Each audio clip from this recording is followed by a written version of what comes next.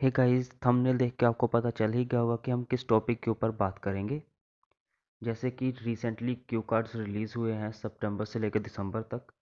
तो हम कोशिश करेंगे इस सेगमेंट में कि जितने भी क्यू कार्ड हो सके हमसे, हम कोशिश करेंगे कि वो उनके ऊपर अपने आइडियाज़ दें और उसके बाद मैं उन्हें प्लेलिस्ट में डाल दूंगा, सो दैट कि आप इजीली फाइंड आउट कर सको क्यू कार्ड्स को और आपको आइडियाज़ मिल सके कि आप क्या बोल सकते हो उन क्यू कार्ड के ऊपर। ठीक है, तो चलिए स्टार्ट करते हैं। आज का हमारा फर्स्ट क्यू कार्ड है, describe a line you remember from a poem or a song.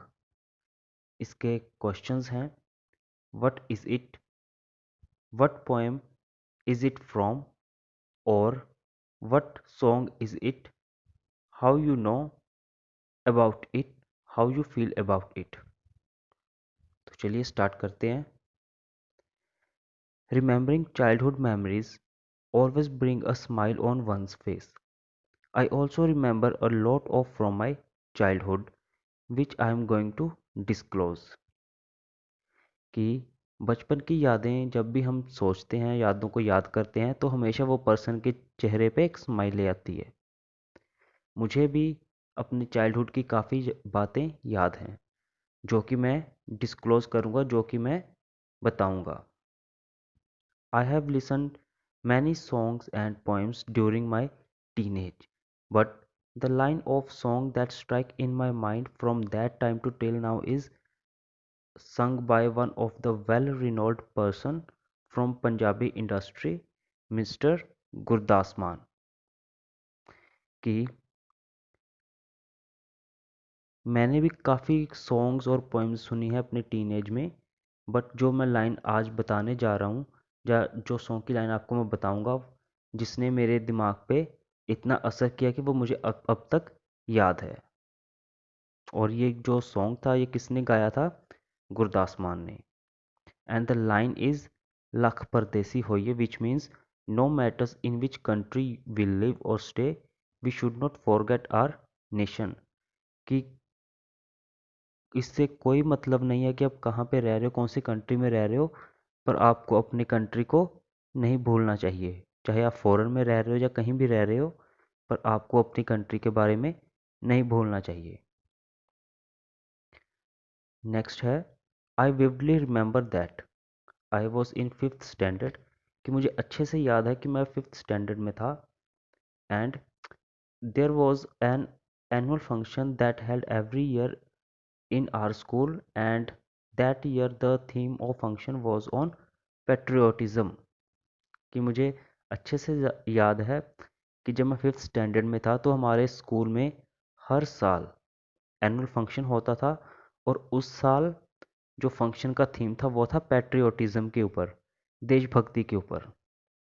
सो जो हमारी क्लास टीचर थी, our class teacher selected 5 students to perform on this song. कि हमारी जो क्लास टीचर थी उसने 5 स्टूडेंट्स को सिलेक्ट किया जो कि वो इस सॉन्ग के ऊपर परफॉर्म करेंगे। And this was the time when I heard this meaningful song for first time. So ये वो टाइम था जब मैंने इस सॉन्ग को पहली बार सुना था। There is no ambiguity to say that there are humongous collection of patriotism songs, but this song have special place in my heart। कि इसमें कोई दो राय नहीं है, एम्बिगुटी होता है कि नो डाउट, जिसे हम कह सकते हैं नो डाउट, उसके लिए हम यूज़ कर सकते हैं एम्बिगुटी। कि इसमें कोई डाउट वाली बात नहीं है कि पैट्रियोटिज्म सॉन्ग्स का काफ़ी कलेक्शन है, ह्यूमंगस होता काफ़ी ज़्यादा, बट इस सॉन्ग की एक स्पेशल प्लेस है मेरे हार्ट में। Moreover, it's been more than 12 to 13 year I had listen this song. कि 12 से 13 साल हो चुके हैं कि जब मैंने इसी सॉन्ग को सुना था, but I never get bored to listen this the lyrics. कि मैं अब तक भी बोर नहीं हुआ, जब भी मैं इसे सुनता हूँ मैं कभी बोर नहीं होता हूँ इसके लिरिक्स सुनकर। And I want lyrics of this song again and again. In fact I have goosebumps when I listen it. कि जब भी मैं सुनता हूँ तो मेरे गूसबम्प्स होते हैं, कि जैसे हमारी आर्म्स के जो हेयर होते हैं वो लाइक गूसबम्प्स हो जाते हैं, खड़े हो जाते हैं। लाइक मुझे जब भी मैं सुनता हूँ इसे तो मुझे गूसबम्प्स हो जाते हैं।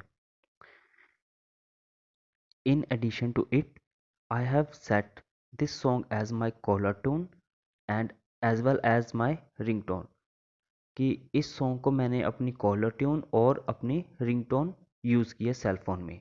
Although the trend of listening such music is decreasing as the passage of time, हालांकि इस तरह के सॉन्ग्स का जो क्रेज़ है वो कम हो रहा है जैसे जैसे टाइम पास हो रहा है, टाइम स्पेंड हो रहा है, जब टाइम आगे बढ़ रहा है। This is because youngsters nowadays prefer to listen hip hop or jazz music. ये इस करके हो रहा है क्योंकि यंगस्टर्स जो हैं आजकल के वो ज़्यादा प्रेफर कर रहे हैं हिप हॉप सॉन्ग सुनने के लिए या फिर जैज म्यूज़िक। सो लास्ट में हम इसे कंक्लूड कर देंगे to seal this topic by saying old is gold and it can not be replace.